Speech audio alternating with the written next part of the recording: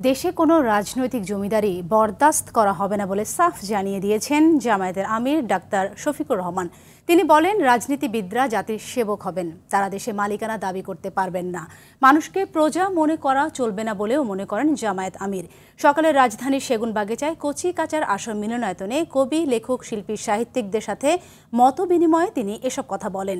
কোনো স্বৈরশাসকের লাল চোখ যেন লেখক, কবি, সাহিত্যিকদের কলমকে থামাতে না পারে, সেই আহ্বানও জানান তিনি। এবং আমরা চাই প্রত্যেকটি নাগরিক তার ন্যায্য অধিকার পাক।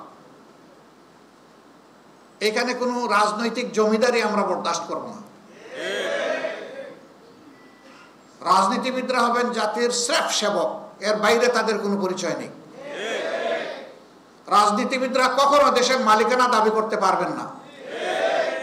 যারা এই মালিকানা দাবি করেছেন, যুগে যুগে তারা চরমভাবে অপদস্থ হয়েছেন।